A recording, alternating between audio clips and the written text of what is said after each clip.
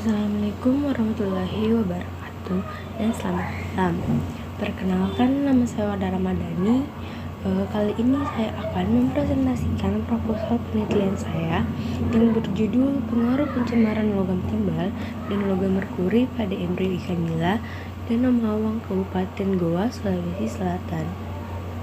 Langsung saja.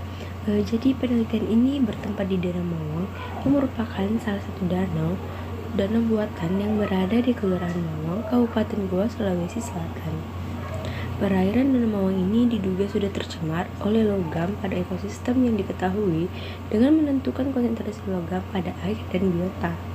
Logam pada perairan berasal dari partikel-partikel logam yang terdapat di udara yang terbawa saat hujan serta karena adanya aktivitas manusia. Konsentrasi logam yang berlebihan akan memberikan tekanan pada pertumbuhan serta perkembangan biota yang ada di dalamnya karena kemampuan dalam mengakumulasi logam yang ada dalam air. Ikan yang dijadikan sebagai bioindikator dalam menentukan tingkat pencemaran logam pada perairan. Ikan nila merupakan ikan air tawar yang mudah beradaptasi dengan lingkungannya. Namun meskipun ikan nila mampu beradaptasi dengan perubahan kondisi lingkungan, akan tetapi ikan nila termasuk ikan yang sensitif terhadap paparan polutan. Paparan pada berbagai jenis polutan telah menyebabkan terjadinya kematian maupun gangguan fisiologis pada ikan nila. Dari itu, perlu pada penelitian ini diharapkan dapat menunjukkan bagaimana pengaruh jika embrio ikan nila terkena paparan logam, timbal, dan merkuri, yang dimana ikan nila ini merupakan ikan yang bernilai ekonomis penting. Adapun rumusan masalah yaitu bagaimana pengaruh pencemaran dari logam timbal dan merkuri pada embrio ikan nila di Danau Mawang. Untuk tujuan dari penelitian ini yaitu untuk mengetahui pengaruh pencemaran logam timbal dan merkuri pada embrio ikan nila di Danau Mawang. Selanjutnya ada tinjauan pustaka. Ikan nila merupakan ikan yang memiliki pertumbuhan yang cepat dibandingkan dengan ikan yang lainnya. Perkembangan awal embrio menentukan tingkat kematian saat menetas. Pemaparan logam timbal dan merkuri dapat mengganggu proses pemijahan ikan serta menghambat pertumbuhan ikan nila. Logam timbal dapat mempengaruhi reproduksi biota akuatik, yaitu menekan pertumbuhan embrio, memperhambat perkembangan telur, dan menurunkan jumlah telur. Pengaruh paparan timbal telah banyak diteliti, salah satunya pada ikan mas, yang terbukti bahwa paparan timbal dapat mengganggu proses embriogenesis ikan mas. Selanjutnya ada pun tahap perkembangan embrio. Yang pertama ada tahap cleavage. Pada tahap ini pembelahan menjadi 2 sel yang ditandai dengan adanya pembelahan secara mitosis sel tunggal menghasilkan 2 sel yang lebih kecil, kemudian 4 sel dan 8 sel yang lebih kecil. Pada tahap kedua ada morula yang merupakan pembelahan zigot yang terjadi setelah sel berjumlah 32 sel sudah menghasilkan sejumlah blastomer yang berukuran sama namun ukurannya lebih kecil. Yang ketiga ada blastula yang dimana merupakan proses pembentukan campuran sel-sel blastoderm yang membentuk rongga penuh cairan sebagai blastosel. Pada akhir blastulasi, sel-sel blastoderm akan terdiri dari neural, epidermal, notokordal, mesodermal, dan endodermal yang merupakan bakal pembentukan organ-organ.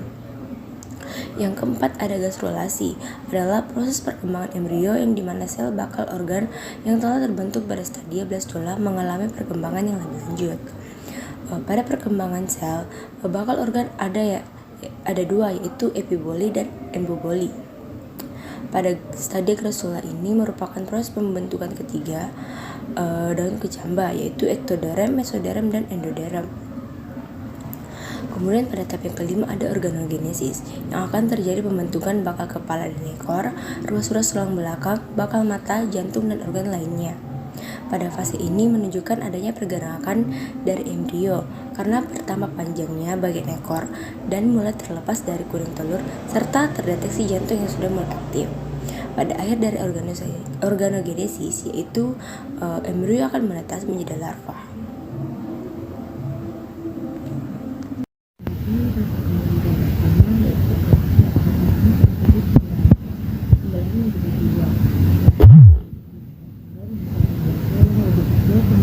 besar dan sampel yang lebih kecil. Metode sebenarnya yang bisa membantu pencarian sederhana sebagai bentuk penelitian dan memiliki keberhasilan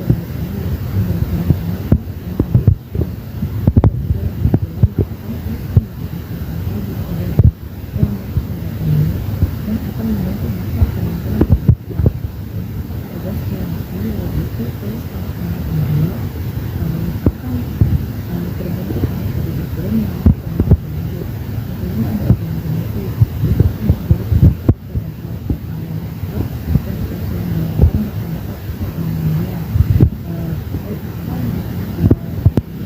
tentunya akan bertambah panjang pada bagian akhirnya terlepas menjadi oleh kurikulum terdiskusi dengan organisasi terakhir yaitu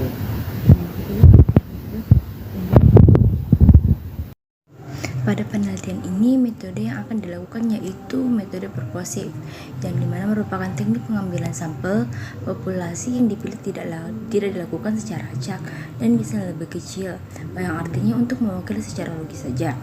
Untuk variabel penelitiannya yaitu pengaruh logam, konsentrasi logam timbal, dan merkuri. Kemudian untuk parameter yang akan diukur dalam penelitian ini yaitu konsentrasi logam pada ikan, laju penyerapan kuning telur, panjang larva awal, somit, dan denyut jantung embrio. Demikian presentasi proposal penelitian saya. Jika ada kekurangan mohon dimaafkan. Sekian, wassalamualaikum warahmatullahi wabarakatuh.